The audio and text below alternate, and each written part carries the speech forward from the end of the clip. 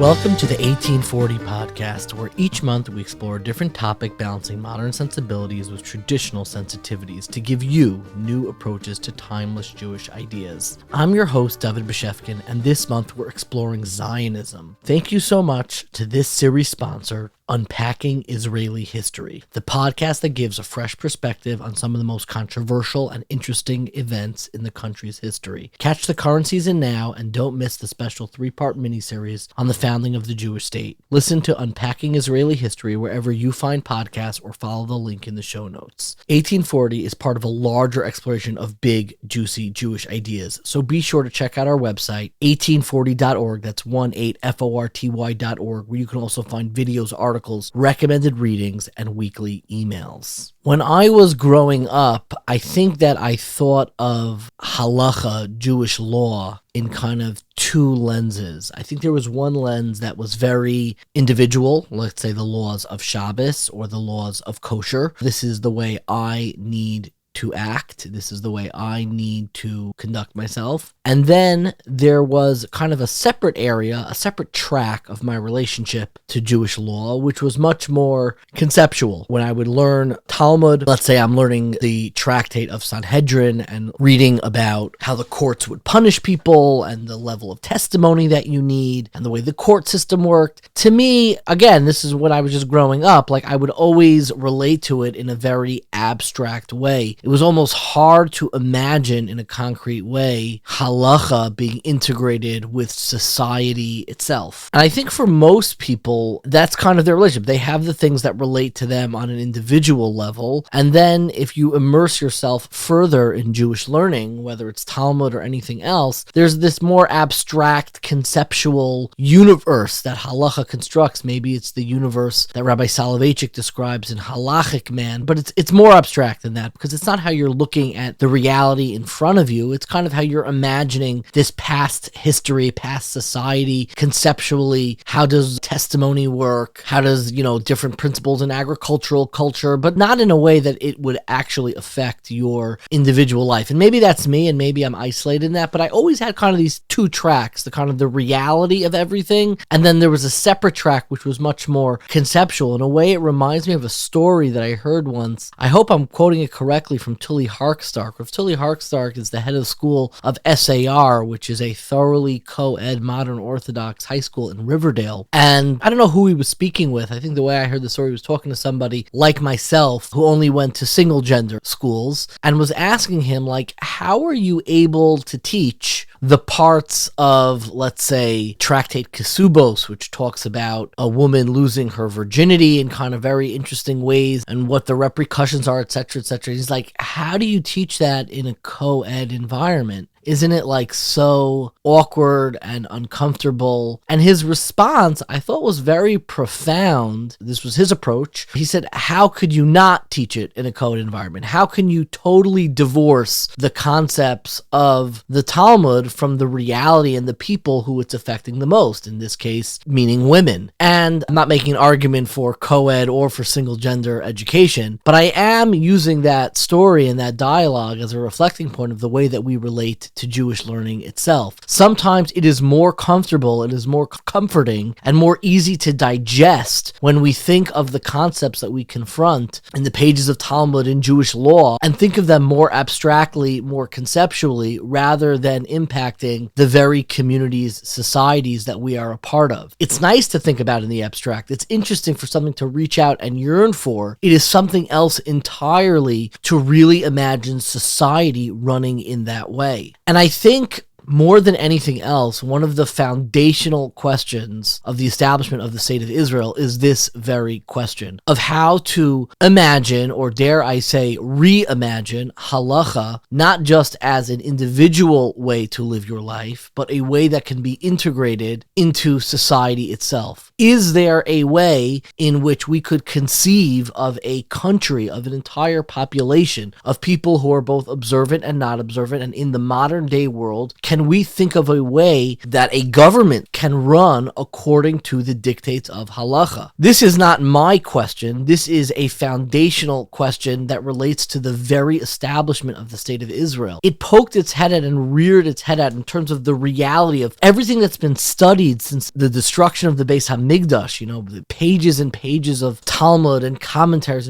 and all kind of negotiating with concepts, many of which had no application in the contemporary world. I mean, major areas. In most editions of Shulchan Aruch, which is the primary source of law, if you open it up and you turn to the pages of the laws of conversion, you will still see a disclaimer on it that says these are laws that do not have relevance nowadays. Why? Because it was illegal to convert non-Jews to Judaism. So there were so many areas of law that was almost inconceivable to apply in a very practical sense, the reality of all of the halakha. That doesn't mean that people stopped learning it. It just meant that a lot of the responsa, a lot of the way in which rabbis, educators, leaders applied the applied law was missing. We didn't really have that many cases that came to us until kind of the almost World War I dealing with contemporary conversion issues. Now, I'm not here to talk about conversion either, but when they established the state of Israel, when that reality was beginning to materialize, one of the most foundational questions was, can we operate a country and unite the longing of learning that we have accrued over the millennia and find a way to integrate this into the Jewish state? Is there a way that these two universes can coalesce together? And this was a question that people both within kind of the rabbinic community and outside of the rabbinic community. In many ways, it's a cousin to a concern that was surfaced by Gershom Scholem, the famed professor of mysticism, who wrote in a letter in 1926. His concern was not Jewish law, which I don't believe he was at all observant. I'm still extraordinarily fascinated what his relationship was to Jewish law in his own personal life, and I've heard varying testimonies, but it doesn't seem like it was much. But he wrote in a different letter in 1926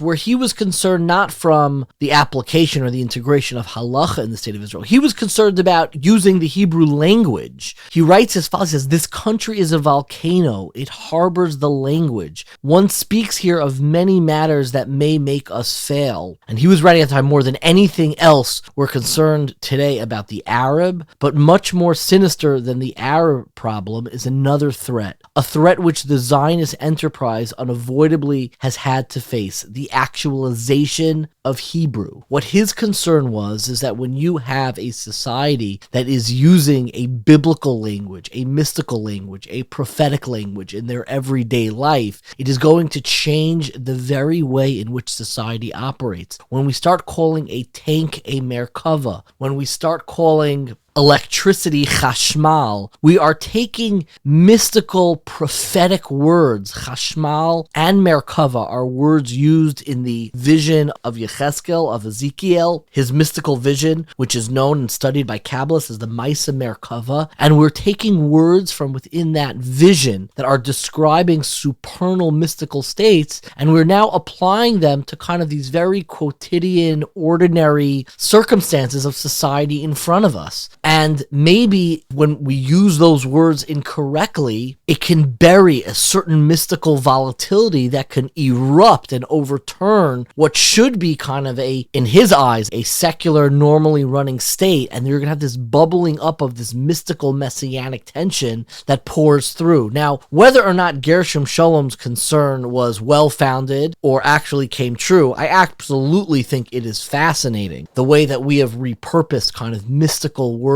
One example is a luach, like normally we think of the luchos, which is this indelible tablets that Moshe brought down from Sinai, and a luach in contemporary Hebrew is an erasable chalkboard. So all of these are different ways in which the prophetic and mystical, prophetic biblical ideas, how they can sometimes create volatility in the contemporary modern world when we try to integrate them. There is a second, far more significant letter, which really features quite prominently in the discussion we're about to have, and that is the 1937 letter that the then chief rabbi, Rav Isaac Herzog, sent to the leading decider of Jewish law, Rav Chaim Ozer Grzinski. And he reached out to him, seeing that the state of Israel was about to become a reality, and basically asked him, is there a way in which we can integrate Jewish law into a state? Is there a way to run a state according to Jewish law? And he asked like some very basic questions in terms of the way criminal law works according to the Talmud and according to Jewish law. Can we really run a state that way? There were major issues related to the rules of inheritance and the way that inheritance in Jewish law is strictly across gender lines and the implications that come off in the rules of inheritance known as Yerusha. And he was like concerned in a very committed way to halacha, but wondering and trying to reach out, how do we figure out a way to integrate these 2,000 years of Jewish law that we have developed and integrate it into this emerging state? The concern is that we're going to be left with a state that is not going to be religious at all, that's not going to have that Jewish character that we've nurtured and run our communities with over the last 2,000 years. But obviously there are some major issues in running a government and a criminal justice system strictly according to the rules of the Talmud. And in a fascinating turn, Reb Chaim Ozer actually cautioned him and said, I don't think you should try to do this. I don't think this is going to work. And he pointed, which we'll talk about, to the comments in the Drushas Haran, which was written by a medieval commentator known as a Rishon, of saying like you have to really rely not on kind of the letter of halacha law, but kind of extrajudicial judgment in the way that you're going to run the government, but you're not going to be able to integrate these two in running a functional state. Rav Herzog was deeply disappointed by this response. He really wanted to fulfill the vision of having a Jewish state that could have integrated within it Jewish character. And he decided this isn't going to be the person who's going to be able to help me solve this problem. There were others who came about and thought of other ways that maybe we could make this integration more easily. There were attempts to reinstitute a Sanhedrin, to actually bring together a Sanhedrin that would be able to radically reimagine what Jewish law is. Now, this actually leads to a second problem. The first problem we discussed is the way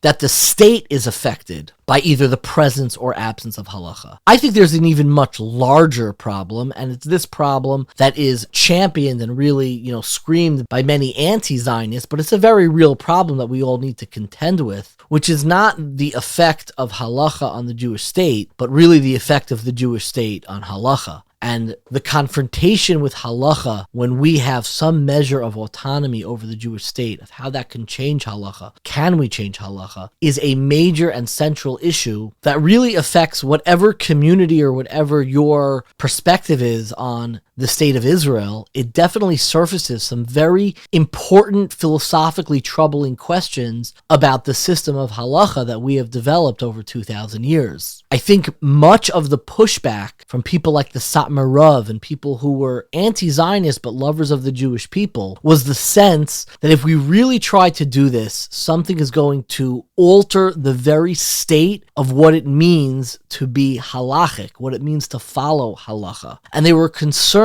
that in our attempt to fashion a halacha that can address all sectors of contemporary Israeli society, they were less concerned about what that will mean for the state of Israel. And I think they were even more concerned, and in a sense, rightfully so, because we're still stumbling on this question, what that's going to do to the state of halachic observance itself, to what it means to even be Jewish and be engaged in Yiddishkeit within the state of Israel. I think this is one of the most fascinating questions in all of Jewish life. It's something that I never really addressed in a more philosophical angle. I've definitely, growing up, you have sessions in high school about what's the halacha in terms of things that come up in the Israeli army or things that come up related to Shemitah. But that larger underlying question of what the very effort to integrate halacha into contemporary Jewish life and what that tells us about Israel, what that tells us about our society, and what that tells us about halacha is something that I never gave much thought to, but is something that I really have been thinking about a lot. There are really two books that I want to call out in this very introduction because I have found both of them so fascinating and they complement one another. One book is written by somebody who I may call a friend. We interacted together many years ago in a fellowship run by the Shalom Hartman Institute, and that book is called The Invention of Jewish Theocracy, The Struggle for Legal Authority in Modern Israel, written by Alexander Kay. The main focus of the book is on these efforts by Rav Yitzchak Herzog to establish the state of Israel to run according to halacha. It is an absolutely fascinating read. It is an easy read. It is not such a difficult read. And at the heart of it is the struggle, not so much for what Israel should look like, but what should halacha look like. And there is a second book that I would also recommend. It's a lot more expensive, so I feel bad recommending it. I think it cost like $100. Honestly, it was worth it. It was absolutely excellent. It complements it and goes into more depth and detail in ways that Alexander Kay's book, The Invention of Jewish Theocracy, does not do. And that book is called Halakha and the Challenge of Israeli Sovereignty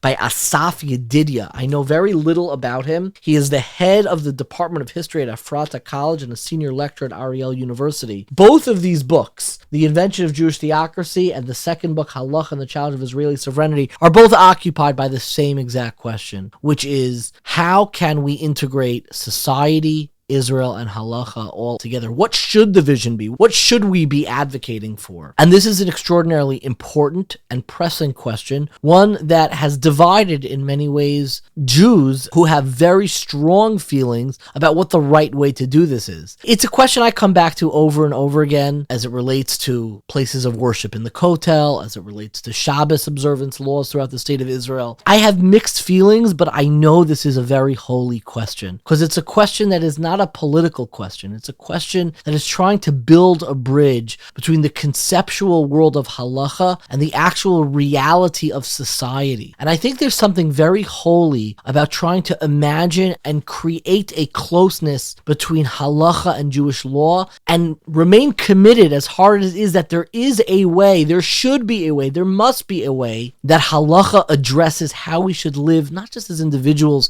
not just how we should make chalent on Shabbos, but how we should live as a society. And I think even for people who live outside of Israel, it's an important question. What does halacha ask of us as a society? Nowadays, I just shared on Twitter because I just gave a class on materialism in my Jewish public policy class, and I was thinking back and I shared the guidelines that used to be shared in the Jewish Observer. They were written by the Aguda, and they were guidelines for how to run a simcha, what type of weddings you should have. And they had these very specific guidelines, and it was printed in every issue of the Jewish Observer. Now, I don't know that I'm an advocate for such guidelines. I definitely know that that effort has failed. Why it failed is something we can talk about a different time. But I think there's like an underlying reaction when you see guidelines for how we should operate as a society. It does feel foreign. Like, hey, who are you to be telling me? Like, well, wait a second. Well, you have a right to tell me how I should be living my life? And in a way, if you begin to think about halacha, not just as kind of an individual practice, but as something that is meant to transform and uplift society in the holiest ways, we should ask ourselves why we bristle, not at the specific guidelines or any specific effort, but why I think many of us, I for sure, bristle at very efforts for when we are being told what to do. Is it because of our lack of faith in the people telling us? Is it because we don't think that we are there yet? We don't think we ourselves are ready yet? Or is it a lack of emunah in our faith in halacha itself, that this is really something that can inform and uplift society? And I think dealing with that discomfort, dealing with that question and that reaction that we all instinctively have in different ways to different things that happen, whether it's in the state of Israel or rabbis, a halacha telling you how to live your life societally outside of Israel, I think it is an important question that we think about and hopefully together figure out a way to build a bridge where halacha is able not just to lift us individually and as families, but to uplift communities and ultimately to uplift society and the world. And that is why I am so excited to have a conversation with someone who I know this has occupied so much of his thought. Rabbi Elli Fischer is just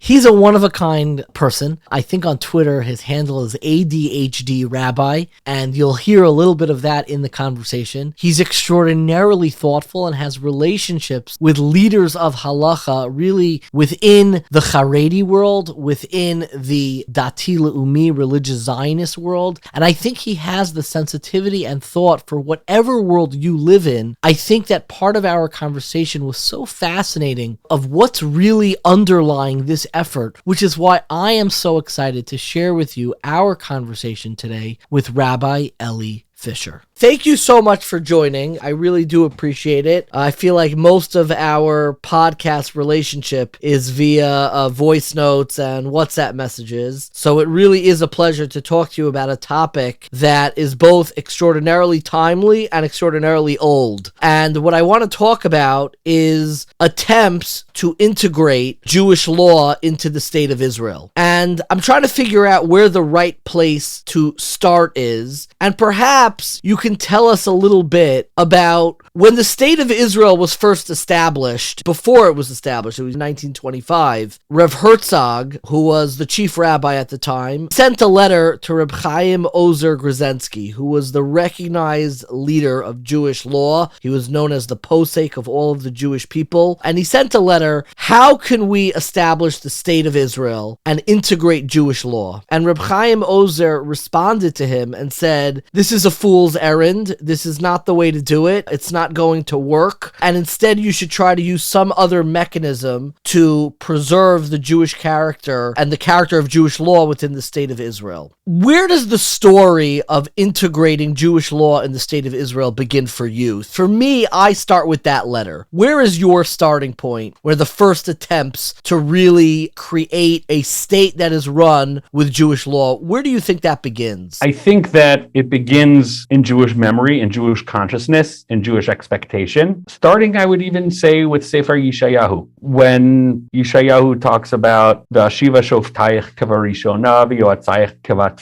chila, that there will be some sort of restoration of a uniquely Jewish governance, right? And it harks back to something kevarishona, kevat chila. This is how things were. We're going to have judges like we used to. We're going to have counsel like we used to. And acharei kain yikarei lach ir hatzedek kiryam ne'emana Zion b'mishpat tipadeh. Zion will be redeemed through law, which we understand to mean halacha. And let me just mention, because it's important, that was kind of canonized in our daily prayer. That's right. It's paraphrased in the daily Shmona Esrei. Hashiva shoftenu kevarishona v'yotzenu kevat chila. And that's what it's about. The return of Jewish law to some memory of a state, of a Jewish homeland that is run based on the unique governance of the Torah. Yeah, and open up a Rosh Hashanah Yom Kippur Machzer, and you'll see we're davening for theocracy. There's no other way to describe it. We're praying for a theocracy. We're davening for theocracy. We're asking God, we want you to rule us, God. We want you to rule us. Maloch aleinu atah Hashem levadecha. You should be the only unique ruler of our people. There's no getting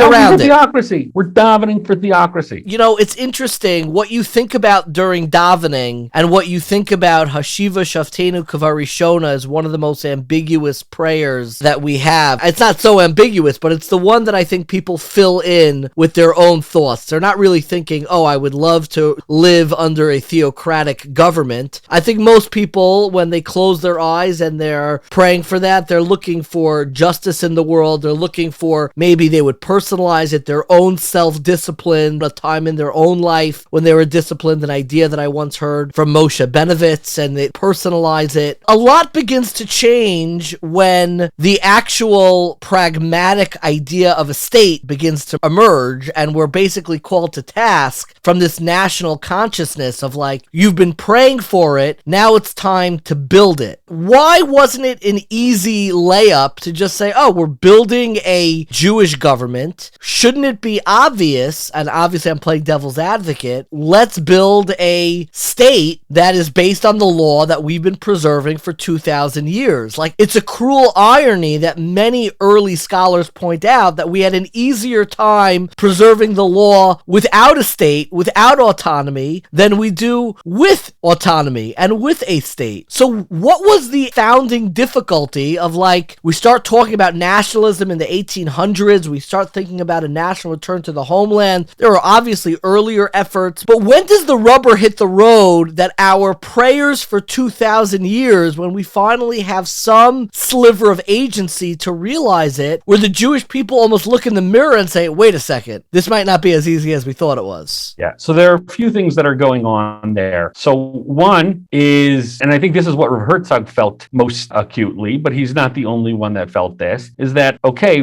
we're setting up our own sovereignty, but today there are international bodies like the League of Nations originally, or then the United Nations, that in order to be part of that international community, there has to be a certain legal baseline that you share with everybody else. So the idea that, like, we're going to set up a situation where, let's say, certain people have more privileges of citizenship than others. Jews versus non-Jews. Jews versus non-Jews, men versus women, right? It's like, oh yeah, our court system, by the way, women can't testify. And you're just going to translate halacha into that reality. It wouldn't work on an international scale. That's the problem that, let's say, Rav Herzog would have had. And his idea was to make certain takanos that, like, every bezdin accepts edus, accepts the testimony of women, accepts the testimony of non-Jews. You know, you can argue whether or not this was something that he saw as lichatchila or b'diavad, right? Is this the ideal? This is how it should be? Or is it something like, no, this is something that in the future we'll be able to rethink these things and we'll go back to the real Torah law, but for now we have to make these concessions to reality. I think Rav Herzog probably thought that this was ideal, that halavai we wouldn't go back to a situation where, you know, yes, if every bezdin accepts that women can testify on civil cases, on monetary cases, on, you know, even criminal cases, then great, you know, and the halachic disqualification of women from testifying would be relegated to certain ceremonial things, like, you know, even I think the conservative movement to this day, or maybe now they've changed it, for a long time, the conservative movement, they couldn't figure out a way that, you know, Eidei Kiddushin still had to be men, right? It's a ceremonial thing. I don't want to try to mansplain it because I can't, but it's an inequality that exists. Well, I don't want you to mansplain it. What I want to touch upon, and I want to hear the different approaches for how people did it, but I think what troubled Rav Herzog so much, and I'm going to speak for myself now, not for Rav Herzog, is that aside from the pragmatic difficulty of running a state based on the halachic traditions that we preserved for 2,000 years and developed, aside from the crisis that it engenders if we can't do it about how we view the state of Israel, I think there is a second, more serious crisis that we almost never discuss and never talk about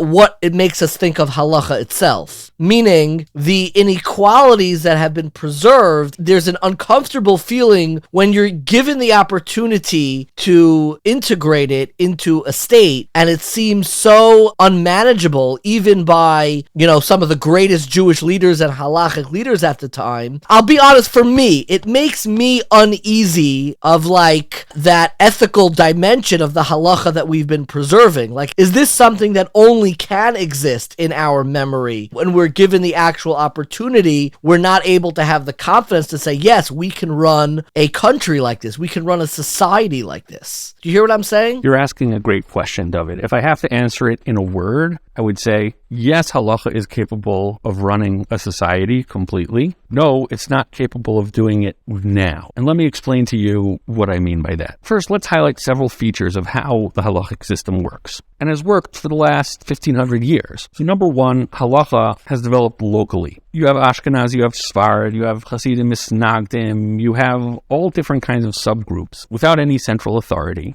and with limited power of enforcement. And whatever minor enforcement you have, whatever limited enforcement you have, is on the local level, maybe in certain cases on the regional level, certainly not on the level of the entire Jewish people. So to shift from that to a centralized halacha that's going to be governing a state in the way that we understand a state to function today is a big leap. Number two, halacha develops from the ground up. It develops through consensus. Rav Moshe Feinstein said this very memorably in an interview in the New York Times in the 1970s. Halacha doesn't develop by fiat from some sort of top-down decision. It develops by consensus. It develops by, let's say, collectively, rabbis deciding that they're going to ask a particular rabbi, and they're not all going to decide on the same rabbi. In the same generation, you have Rav Yitzchak Shmelkes and the Maharsham, and they're not far from each other, and they're both major poskim, right? And things develop in different ways, but the way that it develops is through consensus, through persuasion. There's no fixed hierarchy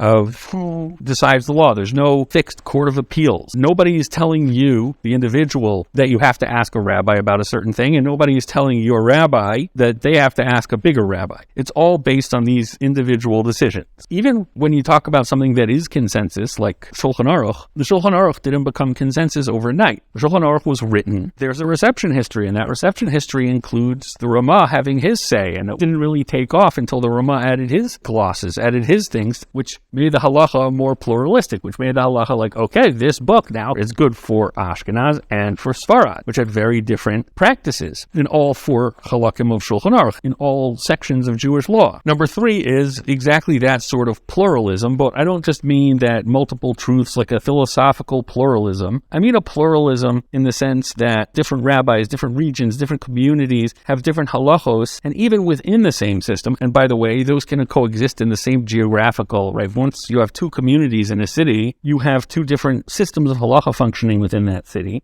And there's also an internal pluralism even within a community. By that, I'm talking about something that we've already spoken about, lichatchila and b'diavad, right? That it might be forbidden to do something, but once it's done, it's acceptable. Or you have something like Baal Nefesh Yachmir, somebody who's a particularly spiritual person, somebody who's a particularly meticulous person should not do something like this. Or something is mutar b'shat hadchak, right? That under extenuating circumstances, under pressing circumstances, something becomes permitted. And that works when you have, let's say, an internal private system where the rabbi that you're asking, will be able to see the individual situation and decide, okay, this is a shat hadchak, and therefore I'm going to permit. But on a larger scale, on a national scale, how is that going to be? You're going to have like a special bureau for deciding what's considered shas hadchak or who's considered a Baal Nefesh that has to be more stringent. A fourth element of the halachic system is that the halacha includes a much wider range of practice. The classic example would be the order in which you tie your shoes, the order in which you wash your body when you take a shower. Your personal private behavior matters as a question of avodat Hashem, as a question of religion, as a question of your relationship with God. But these things, these personal, private observances are almost impossible to enforce. So take the chametz law, for example, and this has gotten a lot of press, right? Israel passed a law that it's forbidden to bring chametz into a public place, like a hospital even, and they're checking bags for chametz. First of all, so we're going to leave aside the question of like, okay, you're not really accomplishing anything in terms of what people do in their own homes, but let's say there's a value to having public observance of Pesach in that way. The Gemara in Psachim discusses a case where somebody reaches into their own personal bread box and they take something out, and the person who pulls it out, it's his own house, and he doesn't know whether this is chametz or not. So this person, you can't look at something and say, oh, this is chametz, this is not chametz. So somebody could bring, I don't know, a lafa into the hospital, and the guard says, well, this is chametz. And the person says, no, I baked this on my tabun in my little home oven, and it's not chametz. Who's going to adjudicate? Who's going to say, like, oh, no, this is chametz, this is not chametz? You can't tell by looking at something whether or not it's chametz. The whole thing doesn't get off the ground. So how can you have any sort of enforcement mechanism? How can you make a law that any way can be enforced publicly? You expect the security guards, you're going to train the security guards to know the difference, what chametz looks like and what non-chametz looks like. So I want to make something clear. I'm not saying that halacha can't govern a system, right? And I started with that. I don't think that halacha is incapable of governance. There can be a polity that's governed by halacha. What I'm saying is that for the past 1,500 years, since the time of the Mishnah, halacha has developed in a certain way, in the way that I described. At the same time, we have certain expectations of how government functions, about how law works, about how regulation works, about how bureaucracy works. Those ideas, those modern forms of governance,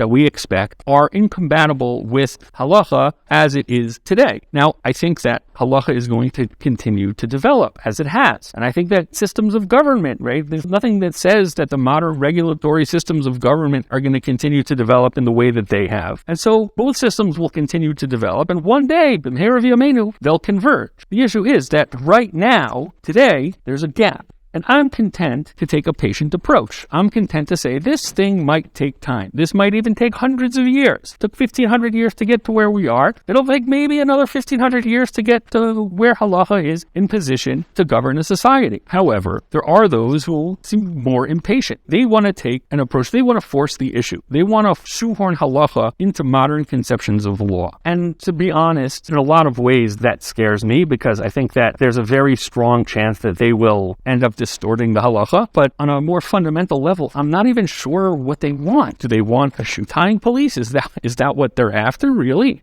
I think part of what animated people's concerns about Zionism was that because that was unrealizable and they were hoping for it, they were concerned that if we establish a state of Israel that is not fully governed by every detail and minutia of Jewish law, it will in effect change the very relationship of Jewish law to the Jewish people. If we allow a Jewish state to be what mediates Jewish identity rather than every detail and minutia of Jewish law. I don't know that the Satmar Rav said this explicitly, but I think this was a concern that animated a lot of people's anti-Zionism, where if the project of integrating Jewish law, if that is not what mediates Jewish identity, and instead it is a nationalistic homeland, we can only abide by what mediates Jewish life to be the details that you're talking about. And I think they do hope. If you were to ask them, what are you hoping for? If you ask the Satmar Rav, what are you hoping for when you pray Hashiva Shavteni Kvarishona, we should have rulers like days of yore? My guess is that they do want the shoe-tying police. Tell me if I'm incorrect. I don't think it's so preposterous. They would want a government that really reflects the will of God as expressed through halakha. Yeah, I think you can see that a little bit in, before Zionism, the arrangement, the organization of the Jewish communities in Eretz Yisrael. They were arranged in a set of communities called kolelim, right? It's not like the kollel that you have today. Kollel,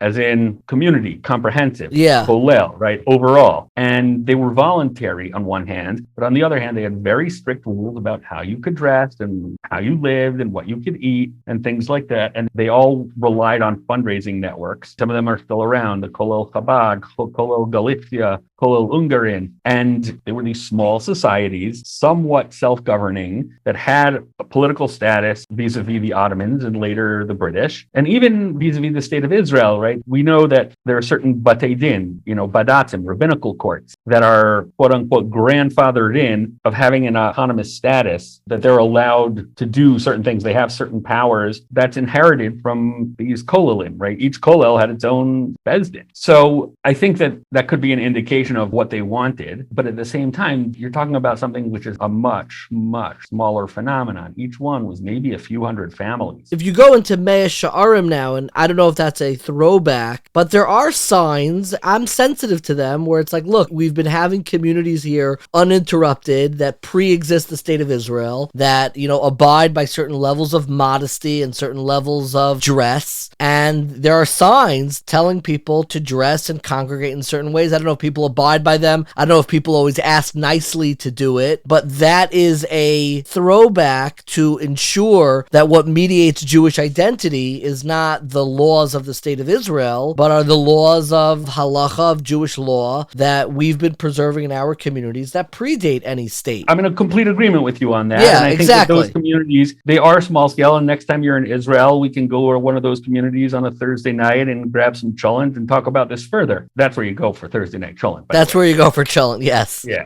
So, some of the first ideas about a Jewish political entity in the state of Israel were from these, what we would today call Haredim, that came to Israel before the so-called first Aliyah. The first Aliyah was not the first Aliyah. Calling it the first Aliyah in 1881 was literally Zionist propaganda. They wanted to say that this is the beginning of something. It wasn't. It was a continuation of things. There were Jews making Aliyah throughout from the late 1700s on into the beginning of the 1800s. So one of the people that made Aliyah in the 1860s was a man by the name of Rabbi Akiva Yosef Schlesinger. His father was a Talmud of the Chassam Sofer. He actually, before Herzl, wrote a book envisioning what this Jewish polity would look like. Before Alt Neuland, he wanted to create this political system, and he envisioned masses of Jews. And yeah, it was pretty darn frum. What was the name of the book? And could you tell me more of the vision that he had in 1860, Akiva Schlesinger? The name of his book, Ibra. No, Leifa Ivri is an earlier work, which was a bestseller. That is his work of Jewish counterculture. Basically, the scholar Michael Silber, who's a wonderful scholar and also a world-class schmoozer, he argues that Akiva Yosef Schlesinger is, at the same time, he's almost like he's a proto-Zionist and also a proto-Haredi. And I love talking about him because he just explodes every myth that everybody has about if you're this, then you can't be that. And if you're that, then you can't be this. He's a full-blown Jewish nationalist, but he becomes a full-blown Jewish nationalist in a reaction to Jews getting involved in Hungarian nationalism in the late 1840s. Right? Jews are all like, yeah, we're Hungarian nationalists. And he sees that as a betrayal. He sees saying that you belong to any nation other than the Jewish people as a betrayal. So any Jew that says, yes, I am a German patriot, I'm a German citizen, and I also happen to be Jew by religion, he looks at the pasuk, which is where he gets the title from his book, Ivri Anochi, V'yes Hashem Elokei Hashamayim Ani Yoreh. Right? So before it was a song by, I don't remember. Benny Friedman. Thank you. Before it was a song by Benny Friedman, he's saying, Ivri Anochi, it's like, I have a tribe, I have a nation, and that is, I'm a Hebrew. Yes, Hashem Elokei Hashamayim, right? When I'm talking about God, talking about religion, that's something that comes later. My core identity is I'm Jewish. Right? And he was a very frum guy, but he saw being Jewish nationalism, as you would call it, as being prior to the Jewish religion, which is it's a wild thing, and it's a radical thing. And not only that, but he reads that into the Chassam Sofer. Why is that so radical, the notion of Jewish nationalism coming before the Jewish religion? Weren't we always that sense of peoplehood? Maybe I'm misunderstanding what you mean by nationalism. Is the idea of Jewish nationalism, was that a radical idea in the 1800s? Well, nationalism is an idea that really takes shape in the 1800s, right? The idea that who you are, the language you speak, the clothes you wear, the foods you eat, right, makes you a part of this group, and that group collectively has certain rights and a certain sort of extrinsic existence, something that's bigger than the person. That way of thinking about the world, really came of age in the 1800s. And yeah, there are Jewish sources. One of the sources that many Jewish thinkers, especially at the beginning of the Aguda, went back to, Rav Saadia Gaon has a line where he says, Einanu Uma Ela B'Zchus HaTorah. I may have that off a little bit, saying that the Jewish people, our nationhood, our peoplehood is predicated entirely on the Torah, right? Which I would say it's a more American thing, right? What makes you an American? You abide by the American Constitution. You don't have Americans like you have Hungarians. Well, maybe there are some people that think that you do, but America is not an ethno-national state. There is no ethnic group of Americans. America is a polyglot state. Other countries like, Slovakia and Estonia and Hungary, they're predicated on a certain ethnic existence, right? And so when you come to the state of Israel, and we're going to build a Jewish state. So, okay, are we going to look at this through the lens of we're an ethnic state just like Hungary and Estonia, in which case, what's going to constitute us? It's going to be constituted by the Jewish people. Who defines what's a Jewish person? Who are the Jews? Yeah, we're going to have to work that out. We're going to have an immigration policy or whatever. But it's very much not coming from a place where Rav Saadia Gaon is coming from and where early Aguda was coming from, which was we belong to the Jewish people by virtue of the fact that the Torah is our constitution, right? The Torah is our system of law. If you accept that system of law, great, come on over. If not, no, sorry. The way I understand it now, we almost have two extremes in the vision for the state. We have one vision, and there's obviously a whole lot in the middle. There's one vision that the way to establish a state of Israel is to do it, and it should be mediated through Jewish law. The laws of this state should be informed and mediated by Jewish law as preserved and developed over 2,000 years. I would put Rav Herzog in that camp. I would put the later Chief Rabbi Rav Goren in that camp. There is a way to integrate the two. On the other extreme, which actually has an interesting bedfellows, I would probably put Herzl. I would probably also put the Satmarov, who felt we cannot have a state that is mediated by Jewish law for different reasons. Herzl felt that Jewish law would stagnate the development of a state. It would stifle the development. It could maybe inform us culturally. But he says we should have the rabbis confine them to the temples like soldiers confined to the barracks. Otherwise, the state will never flourish. And I think on the opposite end of that same point on the spectrum was the Satmarov, who is basically saying, because it is not fully possible, we cannot have a Jewish state, because in that sense, we're going to have something else that's mediating Jewish identity aside from halacha. On the other extreme is just how halacha and the state cannot be integrated for two very different reasons. And then you have all these attempts in the middle, and that's really where we continue to live now. We're all trying to have our cake and eat it too. We realize that we can't fully integrate halacha into the state of Israel, yet we realize that we don't want to fully divorce Jewish ideas and halacha from the state of Israel. So maybe we could fast forward. We started with this letter from Rav Herzog in 1925. Almost the next stop in history I want to comment on is the actual establishment and maybe this idea of compromise of where the rabbis are going to be given agency for halacha and where they are not, and what ideas did Ben-Gurion have. In the very founding of the state of Israel, he realizes that he's going to have to kind of reach out to the larger global Jewish community to figure out some basic halachic questions. So what was the next step? We now have a state of Israel. What did we need to figure out, and what did we figure out? So the first thing, I agree with you that what we would call the religious Zionist community, they're the ones that actually experience the dissonance here. For people that aren't Zionists or who don't really believe in the messianic dimension of the state of Israel, right? And I think that there are plenty of people who live in Israel who don't believe in its messianic dimension, right? Like, okay, so it has laws, and just the same way that, I keep the laws in America, I keep the laws in Israel. I'm not going to speed there. I'm not going to speed here. I'm not going to cheat on my taxes there. I'm not going to cheat on my taxes here. There's almost like a civic approach to the state of Israel. And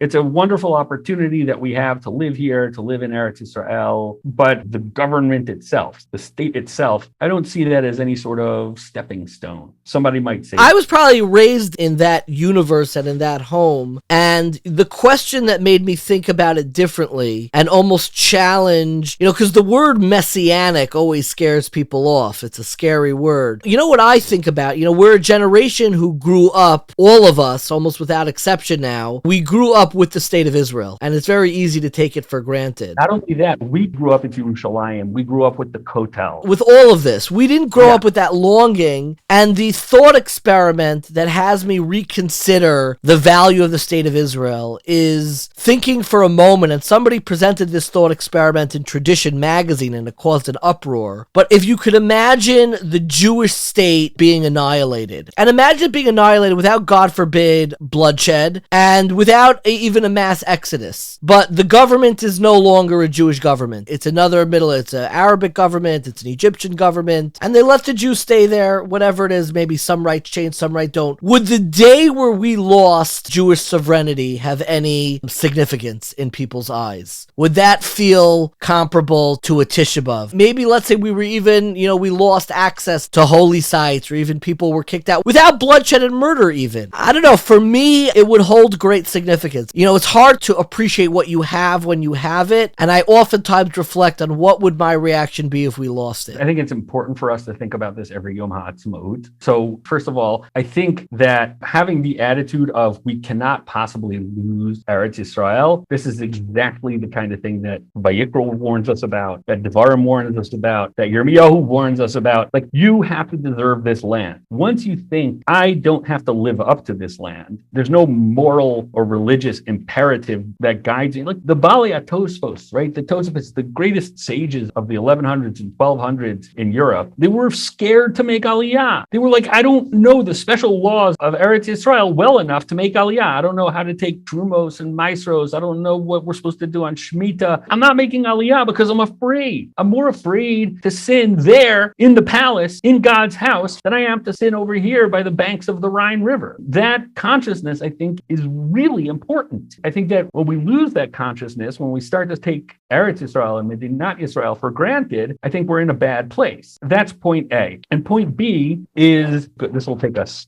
far afield, but I think the entire story about Rabbi Shimon Bar Yochai and the stories that take place in that generation after the fall of Bar Kokhba, they all are dealing with this kind of question, right? I mean, it's a radical read. Everybody knows the sugya at the end of Brachos on Poskin B'chvod Achsanya. Not everybody knows in our audience. Okay. It's a well-known thing that there was some sort of convention. The Babylonian Talmud puts it at Yavne, which is itself historically problematic. And it has, everybody, one after the other, gets up to speak, and they say, Poskin B'chvod Achsanya. We're going to start by giving honor to the host. And if you compare the version that appears in the Bavli with the version that appears in Shir HaShirim Rabbah, I think it's pretty clear that the Bavli sees the Achsanya as the Roman Empire, meaning we have to deal with the situation here where the Achsanya, the host society, the host culture, the host civilization, we're guests now. We're here, we're in Eretz Yisrael, we're in Yavne, but we have to come to grips with the fact that we're guests here. I've written something about it. It hasn't been published. I'm going to write more about it. I think that's part of what the Bavli is trying to do there. The Gemara recognizes that at that moment in history, after the fall of Beitar, where they do a whole bunch of takanos, right? They had the fourth bracha to benching, right? And if you compare the first three brachos of Birkat HaMazon to the fourth one, there's this really, really strange and abrupt shift. And it's almost like you're dealing with a completely new reality. You're not talking about God giving us the land and building Jerusalem. You're talking about the little things that God does, the little things that God does when we're in exile, like influencing the rulers to do this, and the minor miracle of,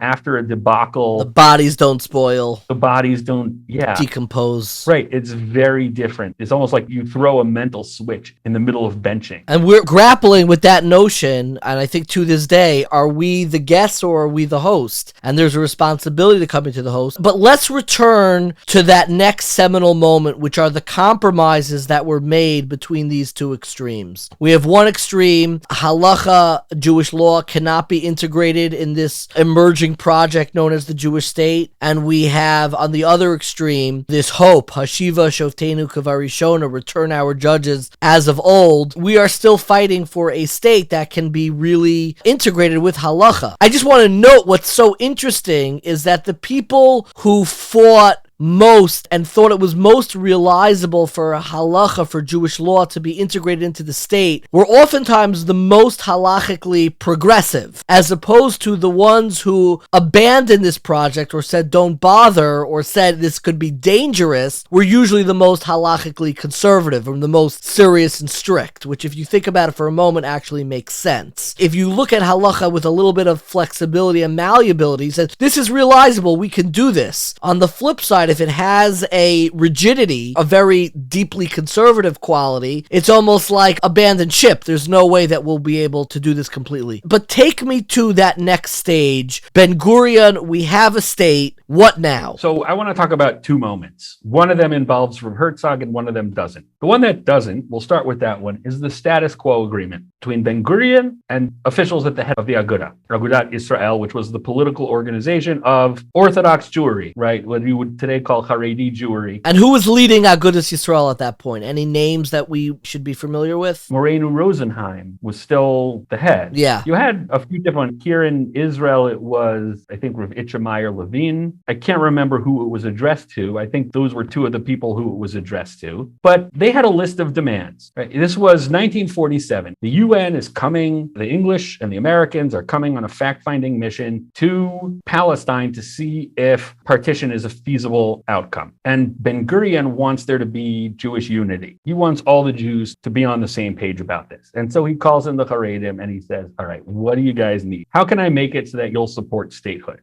And they gave him a list of 4 things. 3 of the 4 things were not coercive at all, right? They made very few demands on anybody else. One was they wanted autonomy in education, Number 2 was they wanted kosher food to be available at all public government institutions. 3 is they wanted Shabbos to be the national day of rest, meaning they didn't want there to be Chilul Shabbos, but the same way that Sunday is the day of rest in America, and what that means differs from county to county and from state to state, whether you could buy alcohol. Blue laws. Yeah, banks are closed. Banks are closed everywhere on Sunday in America. Banks will be closed in Israel on Shabbos. And the 4th one was they wanted no civil marriage. All marriage and divorce of Jews is Kedas Moshe Yisrael, is according to the Jewish religion. Those were the 4. And that 4th one is the only one that made demands on people outside of their circles. They didn't demand that everybody keep kosher. Yeah, the first 3 sound pretty realizable. Yeah, they have been realized, and then some, right? Now, the interesting thing is that a very similar list of demands was given to the Tsar in the first decade of the 20th century, right? The Tsar, after the 1905 revolution, and there was it's a famous thing, this famous get-together. The Tsar called in all of the big Rabbanim. Reb Chaim was there, and Reb Chaim Ozer was there. The Gerer Rebbe was there, the Lubavitcher Rebbe was there, and they all go to St. Petersburg. They had gotten together in Vilna beforehand to make their list, to make their to-do list. What do we want from the Tsar? And they get there and they give the Tsar a list, and it's the same things on the list. So first of all, it's interesting that the Haredim are the Haredim, right? And this is before the Aguda is established, but the heads of Aguda see themselves as inhabiting the same role as the Rabbanim who went to meet with the Tsar's people. We're asking on behalf of Klal Yisrael, this is what we want. And it's interesting that you see Ben Gurion, inhabiting the same role as the Tsar or the Tsar's culture minister.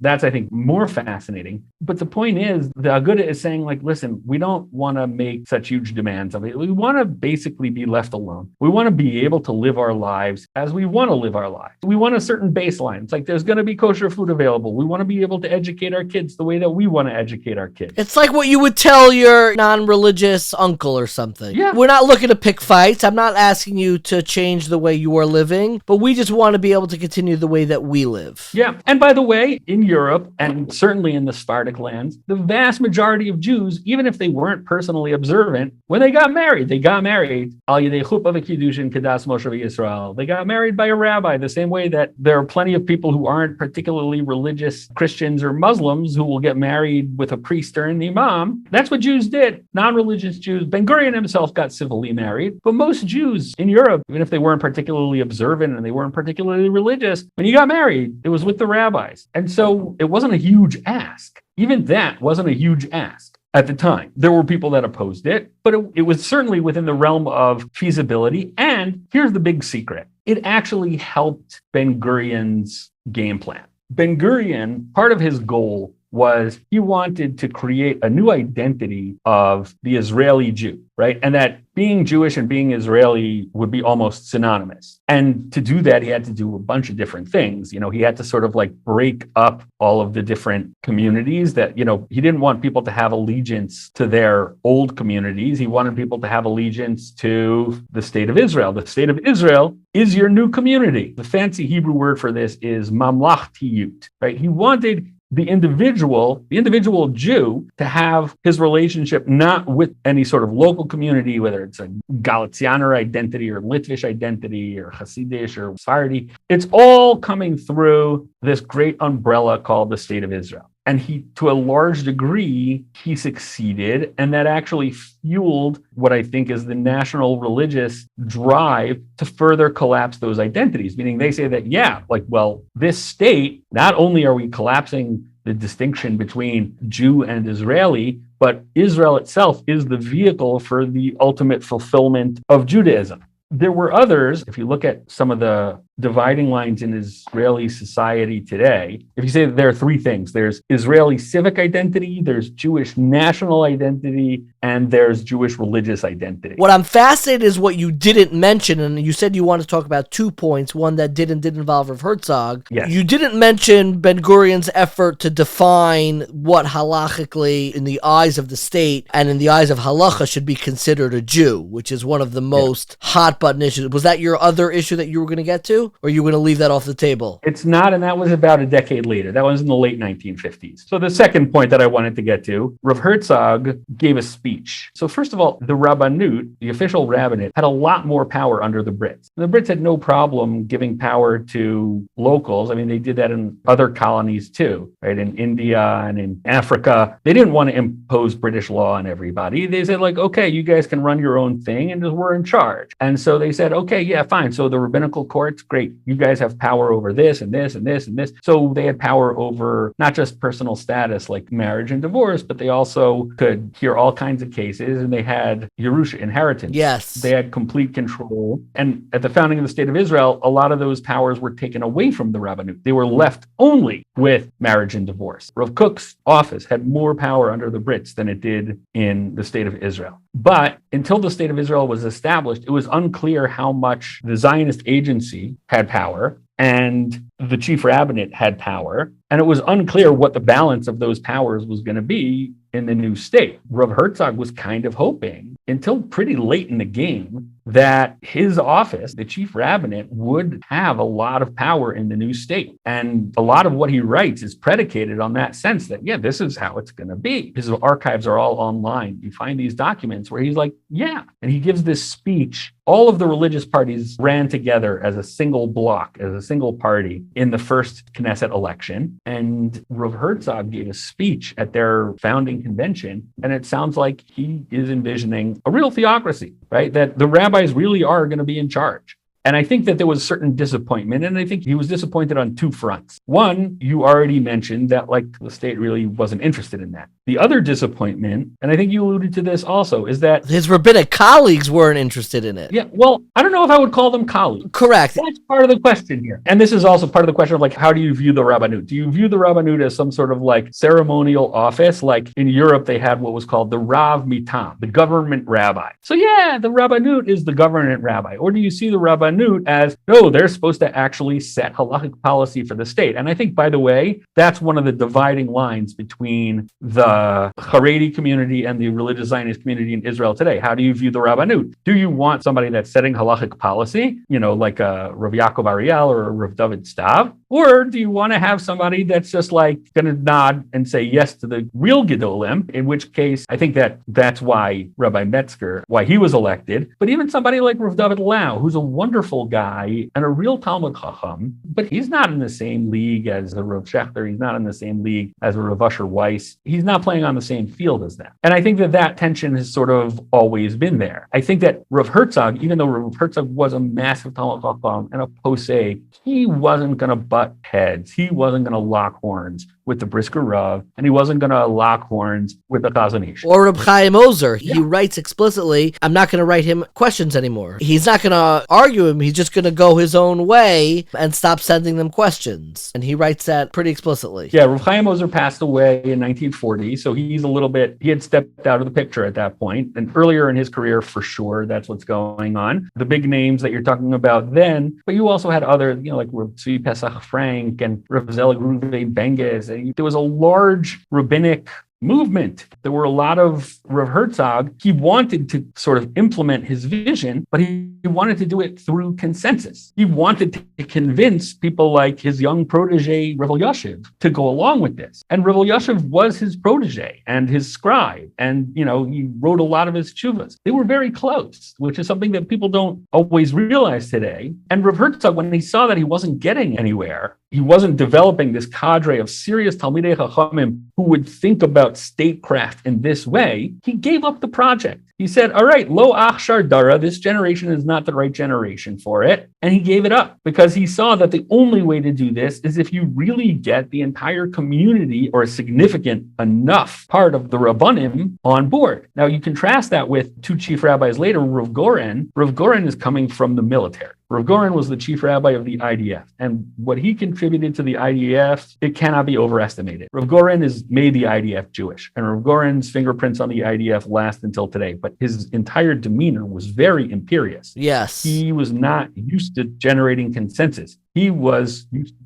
giving orders. Correct. When you get your start in the military, it makes number one, setting policy a little bit easier because they're used to following orders. And number two, it makes it when you switch into politics in the arena of society outside of the military, makes your job and that approach a whole lot more difficult, which is why in many corners he was really ostracized and put in the corner by other, rabbinic fellows at the time. Yeah, it wasn't his halachic positions that backed him into that. No, corner. He did what he thought was right without trying in the slightest to try to, I have power, I have a gun. What do I need consensus for? We have this big speech and vision from Rav Herzog, which is ultimately abandoned. We have the compromise of the original chief rabbinate. That was 75 years ago. And we are in a very different moment now where a lot of the battles are animated against something else, but I feel like are still rooted in this initial tension. We are still negotiating and navigating this. And the reason why I wanted to speak specifically with you is, there are many people who have written on this, and maybe we'll reach out to them and have them on. Alexander K. wrote that fantastic book on Rav Herzog. Asaf Yedidia wrote a fantastic book that I really enjoyed on Halakha and the challenge of Israeli sovereignty. Can I add one more to your list? Yes, please. Rabbi Aviad Taburi. He's a Rav in Eretz Tzvi. He's been giving a lecture,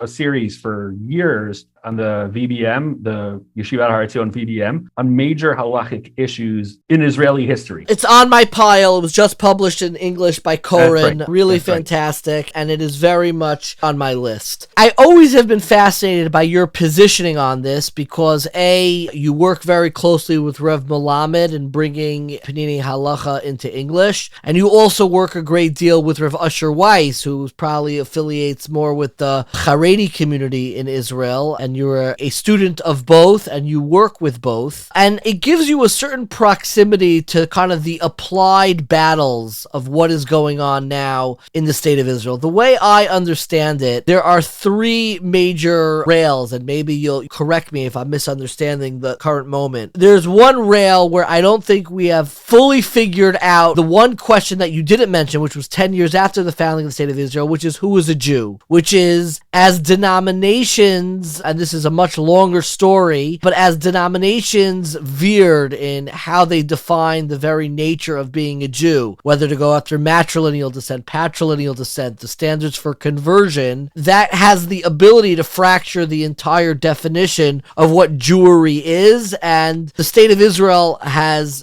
since its founding, a more or less sided with the traditional Orthodox approach of defining Jewry, but that is still an issue that rankles a great deal. That is number one. Number two are battles in prayer services. This couldn't have happened in the founding of the state of Israel because we didn't have access to the Kotel. But there is a major battle that is always taking place, which is having non-Orthodox prayer gatherings at the Kotel. And you see protests. It brings out a very ugly side of the Haredi community. I'll be perfectly honest. I have a very hard time looking at the reaction. I have a very hard time looking at performative protests at the Kotel altogether. Both sides in that entire debate remind me to those verses in the Torah that talk about, never forget that you need to deserve this and you can lose it. We're fighting over davening in the shadow of the Beis Hamikdash. The imagery always pains me and I don't always know what the answer is. And the third issue are bills that have been introduced that seem to break the status quo. The chametz laws. Should we have laws that regulate chametz? Should we have laws that regulate raising non-kosher animals in Israel, etc., etc.? Yeah. How do we resolve this? How do you look at these issues? We're so divided on such basic fundamental issues, and I went from most essential to least essential. There's a lot to unpack here. I want to hear how you would approach this. I'm going to start with the last one and then move back to the first one. Religious legislation that's largely symbolic. Things like the chametz law, things like the law about importing or raising non-kosher animals. What do you mean symbolic? Legislation's a symbolic law? Yeah, there is such a thing as symbolic law. You have things like in the U.S., flag burning laws, is like the quintessential example of it. It's a symbolic law. The chametz law, not bringing chametz into a public place. Listen, I can't quote you chapter and verse right now, but Rav Hutner was famously against this sort of religious legislation. He was like, why do you need to force What are you trying to do? What are they trying to do? I side with Rav Hutner on this. I don't understand it completely. Is this political maneuvering? I've never been able to get my head around it. I also don't understand why Jews will say, well, I'm sensitive on Pesach. I don't want to be in a place where I'm going to have to see chametz. And it's like, what's wrong with seeing chametz on Pesach? You're allowed to see chametz on Pesach. Bal Yira'eh is only your chametz. It goes back to the earliest sources of halacha, like the Midrash Halakha. In fact, there's chametz throughout Pesach. There's going to be chametz located in my house that technically doesn't belong to me. And I have no problem with that. I have no problem with a bottle of Jack Daniels in my cupboard, but I have a problem with somebody bringing a pita to a hospital room, somebody who's not Jewish bringing a pita into a hospital room. I don't get it. Has Rav Melamed or Rav Usher Weiss spoken in favor or against either of these to your knowledge? I don't know of either of them talking about that particular law. Are there rabbis who have been very outspoken about the chametz law to your knowledge, or it's mostly been political figures? It's mostly been political, and to be honest, that particular issue, it interests me very little. Okay. I see it as, at best, a power play. Okay. You see power plays all the time. We see it in the U.S. all the time. It kind of rallies the base at times. It's unfortunate when you see it happening in the Jewish homeland, but let's work backwards. One of the big issues is not just the role of Jewish identity, but how modernity has kind of splintered what it means to be an authentic Jew. Right. For thousands of years, we had common Judaism, and then what it meant to be a rabbi had a very traditional, again, I'm oversimplifying, but there was a traditional model of a rabbi, and obviously with the advent of Reform Judaism, conservative Judaism later in the United States, and the historical school, who lays claim on authentic Judaism really began to be a major battle. And,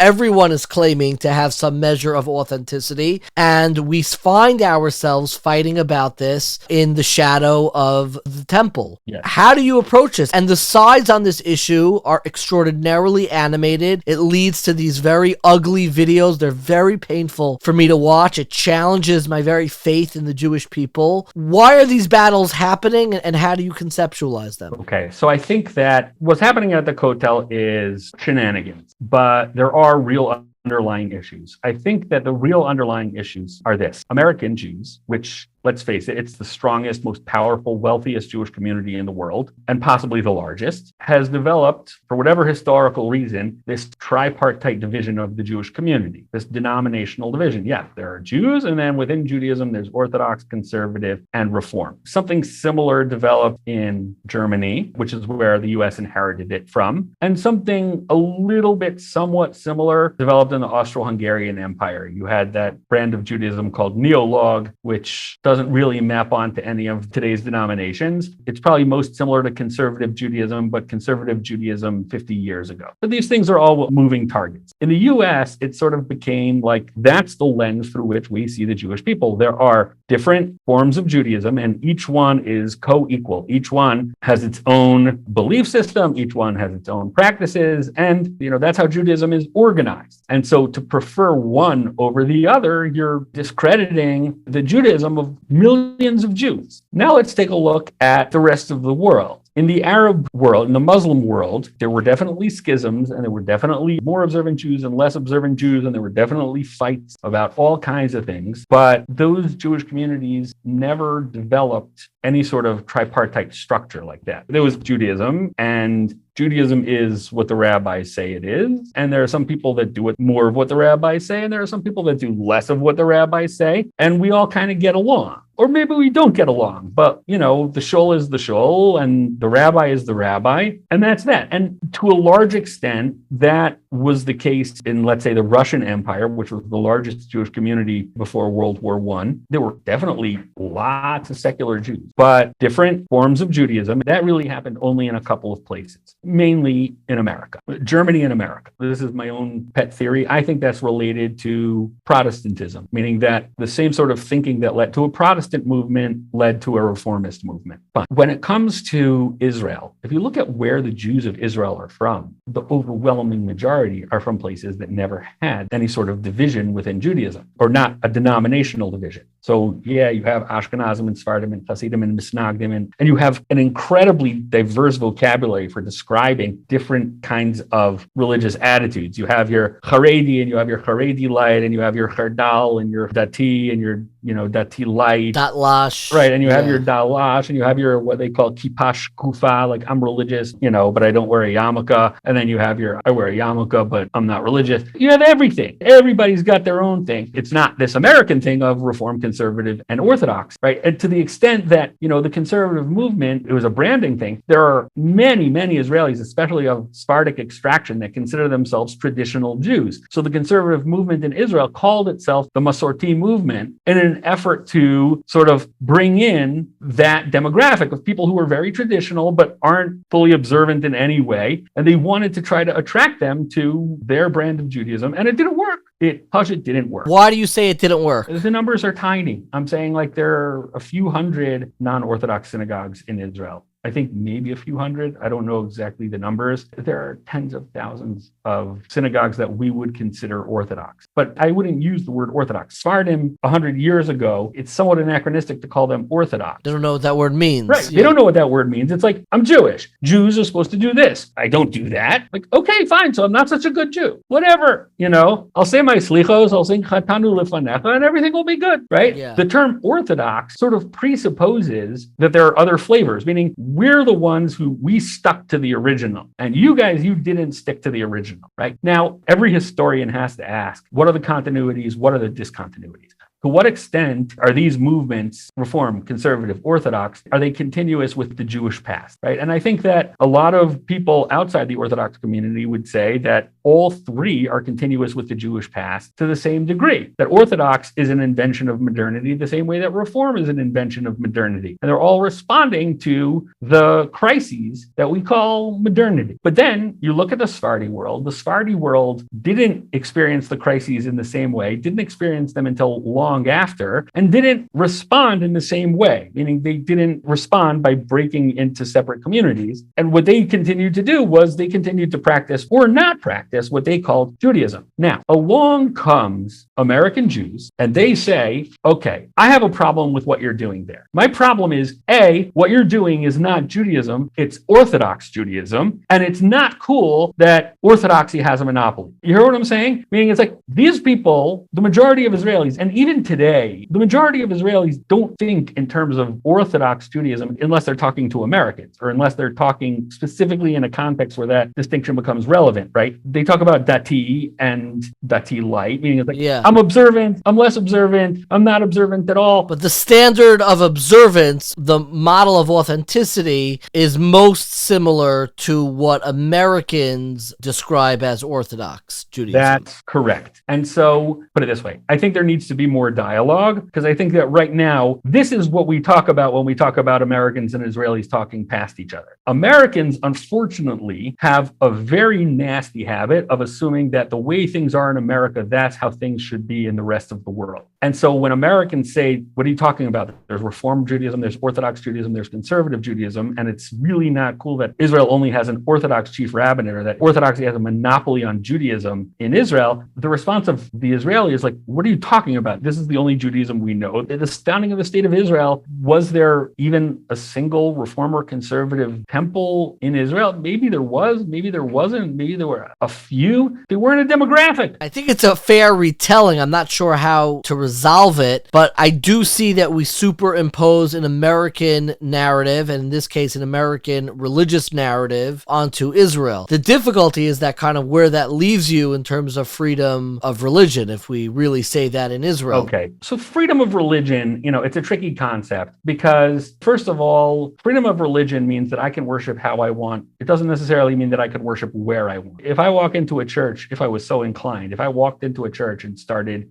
slugging kapparas with live chickens, I would probably rightfully be thrown out of church. It would be an interesting experiment. Maybe, come Yom Kippur, try to do kapparos with live chickens in a church or in a mosque and see how that goes for you. So freedom of religion means, at least the way that it was by the American founding fathers, was a form of freedom of conscience. limits, right? I can believe what I want. I can worship what I want. But it doesn't mean that I can worship where I want. In places with deep history, going back more than 250 years, more than 300 years, take a place like the Church of the Holy Sepulchre, okay? It's a church that's 1,700 years old. It's in the old city of Jerusalem. There are, I think, 5 or 6 different Christian denominations that vie for control over the Church of the Holy Sepulchre. And 150 years ago, they divided it up, by hallway. This hallway belongs to the Ethiopian church. This belongs to the Catholic. I didn't know this. This is a fascinating analogy. Yeah. What happened? First of all, the key is held by a Muslim because he's neutral.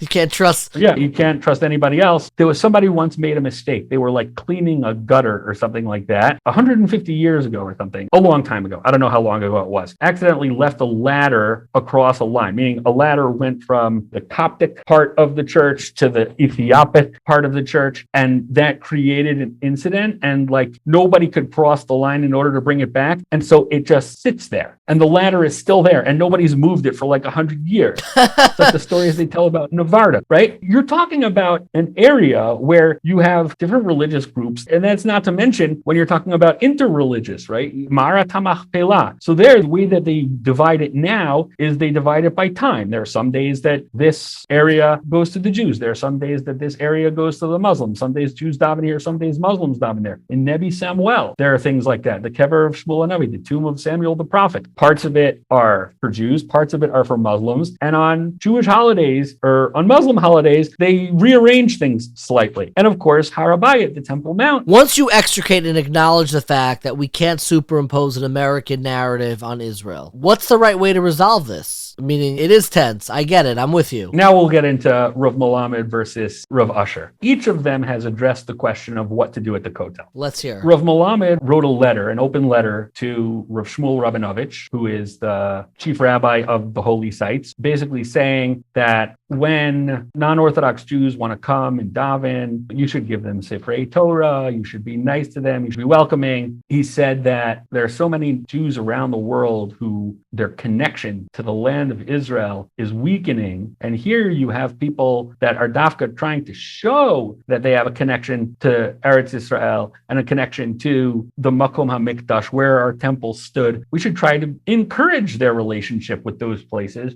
God forbid that we should be trying to discourage them. Okay, that was his take. And he got into trouble for that because people accuse him of being too nice to non-Orthodox Jews or non-Orthodox clergy. Rav Asher Weiss said something which, and this really does highlight the differences between them. Yeah. Rav Asher was actually asked by Rav Shmuel Rabinovich when the first agreement was reached 10 years ago. And he was asked, what should we do? Because there are some rabbis, notably Rabbi Shlomo Amar, the chief rabbi of Jerusalem, Sephardic chief rabbi of Jerusalem, who was formerly the Sephardic chief rabbi of Israel. As much as he can, he brings people to make minyanim in the Robinson's Arch area. He wants to fill it at all times with Orthodox Jews so that no Reform Jews and conservative Jews can ever daven there because we're there all the time. And sometimes it comes to tensions. Like on Tisha B'Av one year, there was a group that went there to daven, and there was a group of Reform and conservative that also wanted to daven, and they're like, no, you guys get out of here, but this is our space. And it was Tisha B'Av, you know what I mean? Yeah, it was very painful. It was on brand for Tisha B'Av, that's for sure. Rav Usher quotes a bunch of tshuvas from Rav Moshe Feinstein. Rav Moshe Feinstein in the 1950s wrote a series of tshuvas that he made the lines between Orthodox on one side and conservative and Reform on the other side. He wanted to draw a bright line. A very bright line. He wanted to really divide between the community. And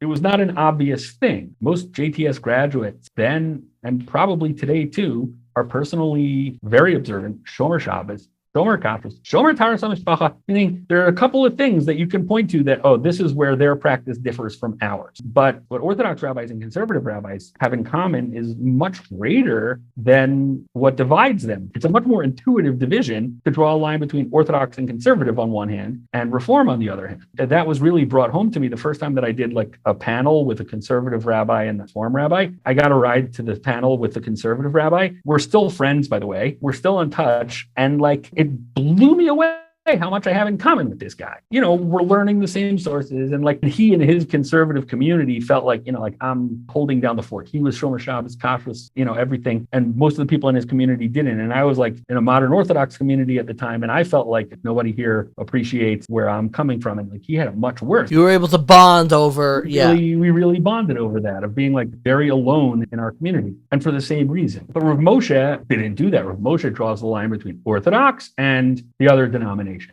Rav Usher takes a page out of Rav Moshe's playbook. He quotes all of those responsa that Rav Moshe wrote. Things like, even if the only shofar in town is in a conservative synagogue, you're not allowed to step foot in there on Rosh Hashanah to hear the shofar, right? Things that are really, you would say, divisive and literally divisive. He's trying to divide the communities from one deliberately divisive, trying to draw a distinction between the different communities. That's right. Rav Usher quotes several of those tshuvas and says that because the Israeli government granted the right of these non-Orthodox movements or non-halachic movements, I don't remember the language he used, the right of these movements to pray there, that area that the government designated has the status of a non-Orthodox synagogue, and therefore it's usher to pray there. Meaning he flips it, and in order to avoid Orthodox people crowding out that space and causing fights, he says you're not even allowed to go in there. The division could be constructive. Stay away from each other. He's using the rhetoric of stringency in order to say, leave them the heck alone. That's a brilliant turn. It is brilliant. Leave them alone. The same way in America, it would be bizarre to see Orthodox Jews picketing outside of a conservative or reform temple. Yeah. Aside from snide remarks that you see from time to time on Twitter that always break my heart, people making fun of the practices of other denominations, which I hate when I see that. And this is not what we do in America because the divisions are very clear. So if we take those clear divisions to Israel, let them be. They have a space. It's a non-Orthodox space, and Orthodox Jews wouldn't go in there, and we shouldn't be meddling in a space that was given to them for their prayer services. Yeah, a side point, but it's an important point. When we're talking about Rav Eliezer Melamed and Rav Usher Weiss, their messages are similar, or the outcome is similar, but they're taking very different strategies. Rav Melamed starts with ideology, and halacha proceeds from the ideology. Like, we should be welcoming, we should be,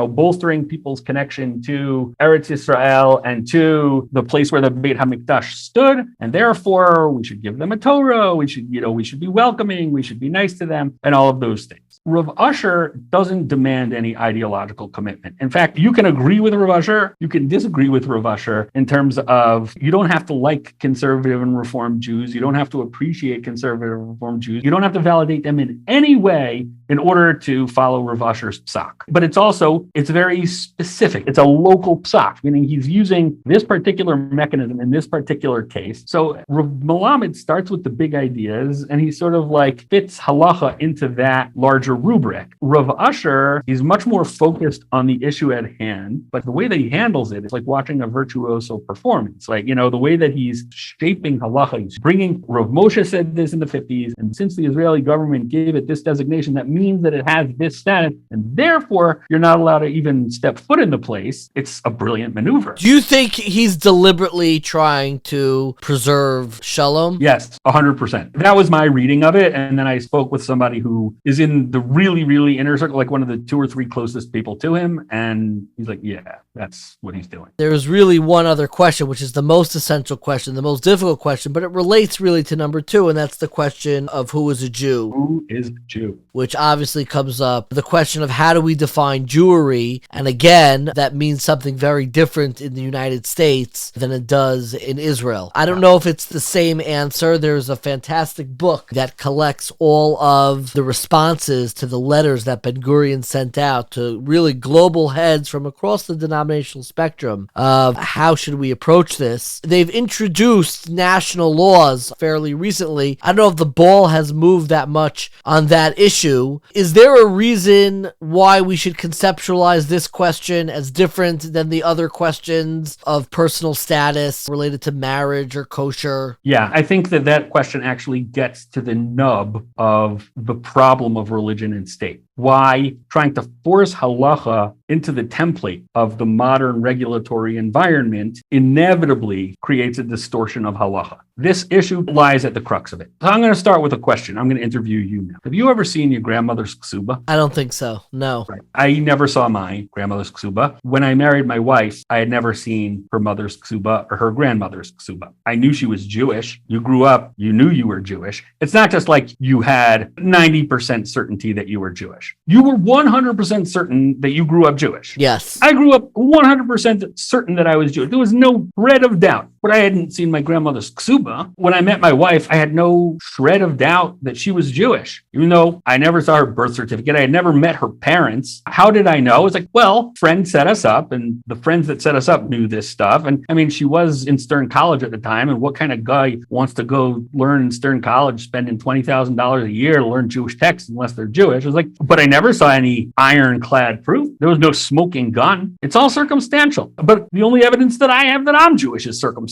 And the only evidence that you ever had that you're Jewish is circumstantial. But that's fine, because that's how our communities existed and continue to exist until the state of Israel comes along and says, no, the ksuba is actually a document to prove Jewishness. You want to make aliyah, you have to prove that you're Jewish. How are you going to prove that you're Jewish? Let's see your grandmother's ksuba. Meaning if I made aliyah, I would have to... Making aliyah, there's different standards of proof of Jewishness. There's the proof of Jewishness that you need to make aliyah, and then there's the proof of Jewishness that you need in order to get married in Israel. To make aliyah, if you have a local rabbi sign that he knows you and that you're Jewish, you're good. To get married, you have to really prove it. And the person that's in charge of deciding whether or not you're Jewish is some mid-level bureaucrat who probably is a cousin or a nephew or something of some Knesset member who doesn't have the tools to evaluate. I don't think any of us would have the tools to evaluate every situation. You know, how do I know that you're Jewish? Can I look at you and look at your social context and look at your relationships and say that, okay, that person is completely and fully embedded in the Jewish people, so that, you know, that generates a presumption of Jewishness. This goes back to the concern that I articulated. If we were concerned that the existence of the state of Israel will redefine what Judaism is, if halakha is not what mediates it, perhaps the most foundational difficulty of the state of Israel is the fact that the existence of the state of Israel has the potential to redefine the very fabric of what it means to be a Jew. That's correct. And there's no way around it. There's no way around it. Once you say that, okay, this state is a Jewish state, meaning the Jewish people are a people, they're an ethnos, they're an ethnic group like any other, they're a nation like any other, and just like every other nation on earth, like the people we were talking about before, the Swedes and the Finns and the Danes and the Dutch, they all get their state. So the Jews get their state, and we're going to call it Israel. Okay, great. Who's eligible for citizenship there? Well, Jews, of course. Okay, you need an immigration policy, fellas. You need to figure this out. So who's going to decide who's a Jew? Who's going to figure this out? Are we going to adopt some sort of completely secular definition of who is a Jew? Are we going to adopt the halachic definition of who's a Jew? Now, in 1970, they decided to split the difference, right? Because there were so many people that were so upset that a bunch of rabbis, a bunch of old men with beards and black coats were the ones who essentially were determining Israel's immigration policy, that the Knesset passed a new law and says, okay, there's two tracks for aliyah. You're eligible for citizenship if you are Jewish according to the halachic definition, or if you are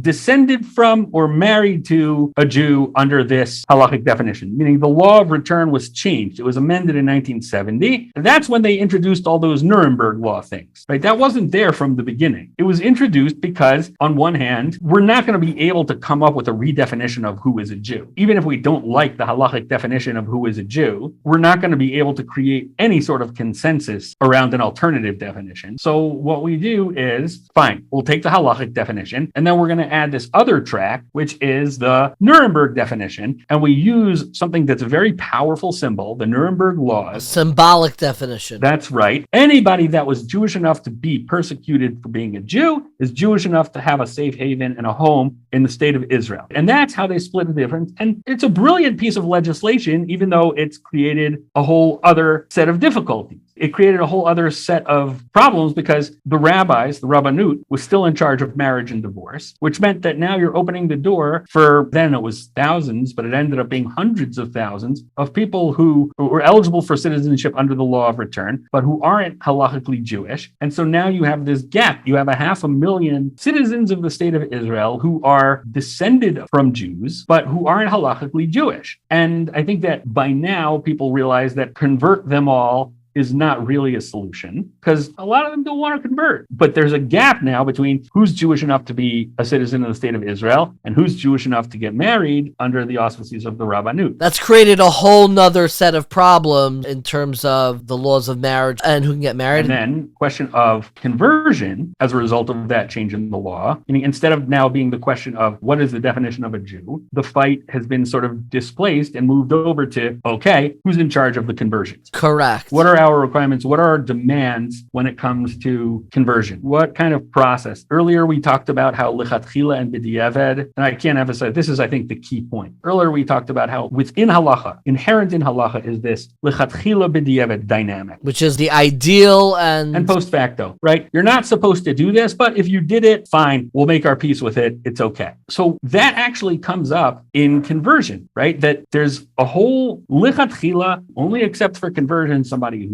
professes this and says this requirements. And then the Gemara says, b'diavad kulam gerim heim. Post facto, if the conversion was done, it's a valid conversion. Okay, so now when you try to translate that into a national policy, one of two things is going to happen. Some people are going to be like, well, we can't just accept the b'diavad across the board. We can't accept the less than ideal. So now the only thing that really exists is the lichatchila, and we have to demand that any conversion that was done that didn't meet certain basic requirements is going to be invalidated. And then other people are going to take the b'diavad and turn it into a lichatchila. They're going to say that, okay, the things that in the past we considered to be less than ideal, we're going to start doing that on purpose. We're going to create an entirely new system where we're going to have those less than ideal conversions for anybody who wants it, right? But in either case, in either side of that, the halacha is being distorted, meaning the halacha maintains this distinction. And I think it's an important distinction between the ideal case and the cases that, for whatever reasons, you can't live up to the ideal. When translating that into a regulated legal environment, something has to give, right? Either the b'diavad cases, the less than ideal cases, either are going to be moved over to the ideal side, to the lechatchila side, or they're going to be sort of written out and disqualified. But either one of those is a distortion of halacha. What always bothered me about this is in the discourse, and you see this a lot online whenever it deals with conversion, is I feel like a lot of times the Orthodox community is accused of gatekeeping when it comes to conversion. And one thing I know is that whatever side you on or whatever standard you pick is by definition gatekeeping. We're all gatekeeping. We're all trying to find a standard that makes sense to preserve the authentic character of who a Jew is. And to turn to one side and their standard and say that is gatekeeping, but my standard, whether it's I'll include everybody as long as you don't accept Jesus as your Lord and Savior, is not gatekeeping, is just a very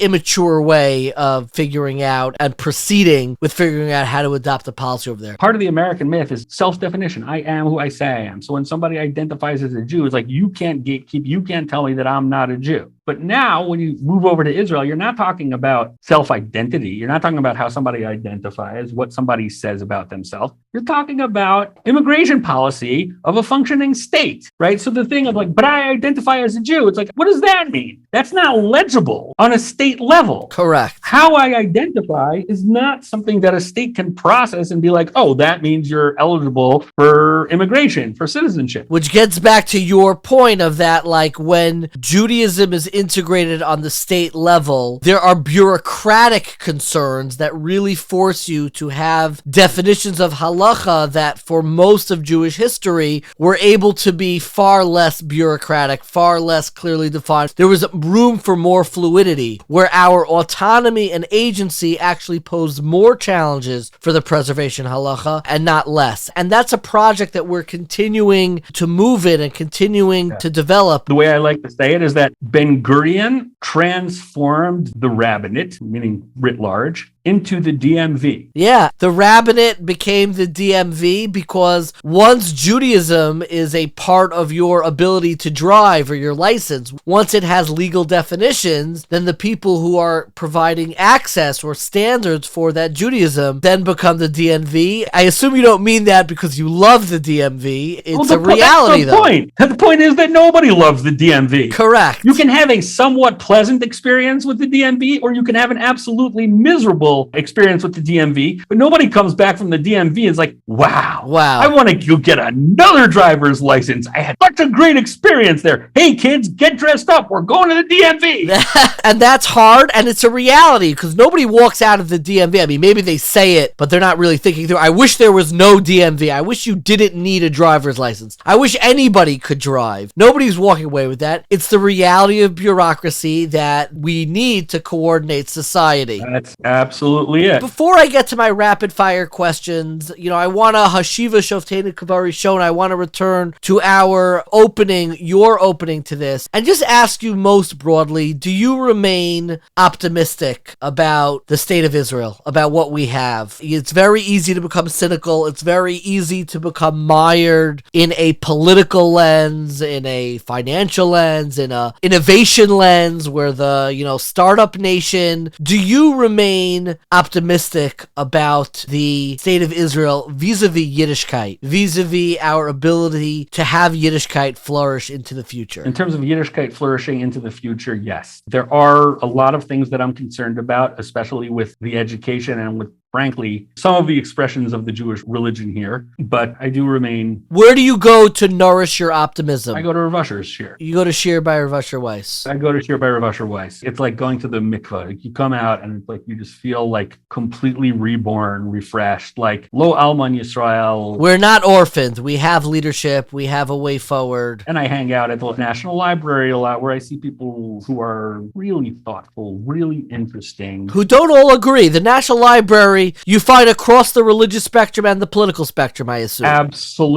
Absolutely. It's where we first met, and I hope the next time that I'm in Israel, we get to connect again at the National Library. And then Rav Usher shir, and then Cholent and Meir Shar.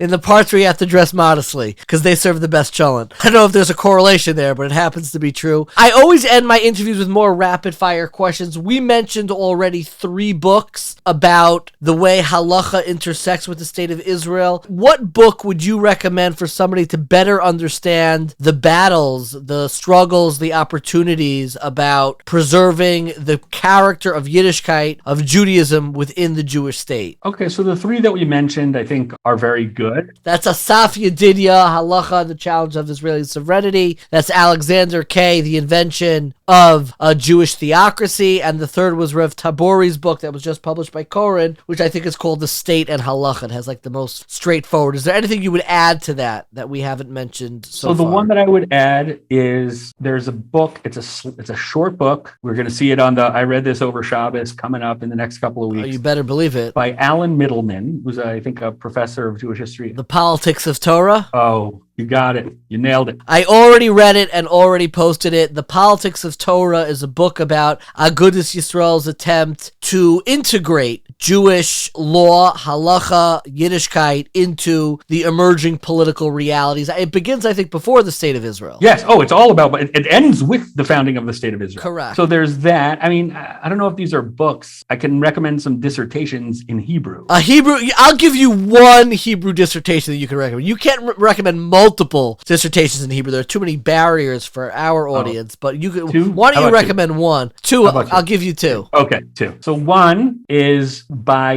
Moshe Hershkovitz about Rav Herzog's attempts to establish a halachic constitution and their failures. It was, I think, at Bar Ilan University a couple of years ago. Okay. That's one, because that is the one that really gets you into Rav Herzog's thought process of like when Rav Herzog realized that he failed. And when he said, like, okay, I'll be rewarded for the effort, and I'll also be rewarded for desisting from the effort. For desisting, that's right. Meaning he saw it's not going to happen, and he took a step back. Okay, and the second dissertation? And this is going to sound like it's coming totally out of left field. Tamir Granot's dissertation on the Kleisenberger Rebbe and his building of institutions in Israel after the Holocaust. because he really gets into where the Klausenberger Rebbe is coming from in terms of his whole community building efforts in Israel. But there's one great story which really encapsulates the tension of what we're talking about here. Ben Gurion met with the Klausenberger soon after the Klausenberger moved to Israel. He had set up his community in Netanya, and he says, like, what's your maximum? What's your minimum? Meaning it's like, what's the most you would ask for? What's the least you would ask for? And the Klausenberger said to him, the minimum is I could walk around in my shtreimel and nobody bothers me. The maximum is you wear a shtreimel. Is that what he said? Yeah. That's amazing. That's the story that's told about him, right? It's a great line. It's a great one-liner, but there's actually there's a history to that. There's you can unpack that, and that's what Tamir Granot does. He unpacks what is the Klausenberger's thinking in terms of what the state of Israel is, what are his expectations of the state of Israel, and this is not a messianic figure or even a Zionistic figure. He would definitely have identified himself not only as a non-Zionist, but as an anti-Zionist. He loved Eretz Yisrael as much as Rav Kook did, but he did not identify in any way with the Zionist movement, which is what I always tell anti-Zionists. It's like, you want to be an anti-Zionist like the Klausenberger Rebbe. Build a hospital in Netanya, I appreciate that. My next question, and this is always an odd question to ask somebody who writes so prolifically, but if somebody gave you a great deal of money and allowed you to take a sabbatical with no other responsibilities whatsoever, to go back to school and write a PhD, what do you think the subject and title of your PhD or book would be? You know that I'm writing about Rav Usher. I do. Yeah. So I would finish that if I didn't have to worry about Parnassa. You would finish your PhD on Rav Usher Weiss. I would keep writing about Rav Usher, even though it's difficult to write about somebody who's still living and is he's a moving target. He's always surprising me. But what I've focused on is the making of Rav Usher. In the mid-1980s, he was really not known outside of Klausenberg, right? We mentioned the Klausenberg Rebbe. That's where he grew up, and he was completely within that environment for the first 30 plus years of his life. And then between, let's say, 1985 and the late 1990s, he emerges as a major figure, not only within Israeli Haredi world, but he starts to develop a following in American modern Orthodox communities. And Teaneck, sure. How did he become that version of Rav Usher while still completely and totally remaining a chassid of the Klausenberger Rebbe? It's a fascinating story that I hope will be told, whether or not it's in a dissertation, and whatever pages. I would love to read the early years of Rav Usher Weiss. If you've written that much, I would love to see some of that material, and I hope we can see the light of that. My final question, I'm always curious about people's sleep patterns. What time do you go to sleep at night, and what time do you wake up in the morning? Oh my gosh. I would say I go to sleep on average 1 a.m. to 7 a.m. Okay. That's an average. COVID totally screwed me up, and I haven't really recovered from it. And I'm also a freelancer, so I make my own hours, so I might work all night one night and then sleep the whole day, and it's not good. I definitely appreciate that. Rabbi Elli Fischer, I cannot thank you enough for your time today. Pleasure as always. Thanks so much. The imagery that he shared of Halakha operating in Israel, almost like the DMV, and imagining a world where your day-to-day religious life was mediated through society, really helped me understand, number one, why it's such a source of tension in Israel itself, and why there are, I think, great and holy people on both sides of this battle of the centralization of halacha in Israel and where to draw those lines of centralization. And it's why I find this question so difficult. I certainly would not want to have to go to the DMV to deal with my halacha questions, and it really helps you reimagine and understand and empathize why this is such a central and vexing question in Israeli society. There's nothing that brings me more pain and more sadness when I see Jews fighting with each other. And when I say fighting, I don't just mean arguing, but spitting and saying ugly things at the Kotel. And I'm talking specifically about every Rosh Chodesh when people come to the Kotel and have the egalitarian minyan or non-Orthodox minyan. That's not where I daven. That's not the community that I associate with. But there is nothing that brings me more pain than when I see students who clearly identify as yeshiva students standing at the side and at best saying very ugly things and at worst doing very ugly things. And I think it is necessary for all of us, wherever you are in the religious spectrum, whatever community that you identify with, is to save ourselves from ourselves and figure out a way to think thoughtfully, empathetically, creatively, broadly, to figure out a way how the Yiddishkeit that we have in the state of Israel is a Yiddishkeit that can encompass everybody, that could include everybody, that can uplift everybody, and that we shouldn't each kind of retreat to our respective corners, but to find the personalities who are able to contain multitudes and articulate a vision for halacha that contains multitudes, and not regress to our smallest version of ourselves, where within the state of Israel we could find ourselves spitting at other Jews. Even when that zealotry may be motivated by something very holy, to me, it is one of the most heartbreaking things. The only thing that makes me so doubt in my emunah, in my unflinching belief and faith in the Jewish people and in Amcha Yisrael, is when I see those kind of battles. And I'm not minimizing the difficulty of navigating through these battles, but the plea, the cry, is that each of us take responsibility and ensure that until we come to that resolution, because I don't think it's presented itself, that we're able to find space in our hearts to look at one another, even when our vision of what that end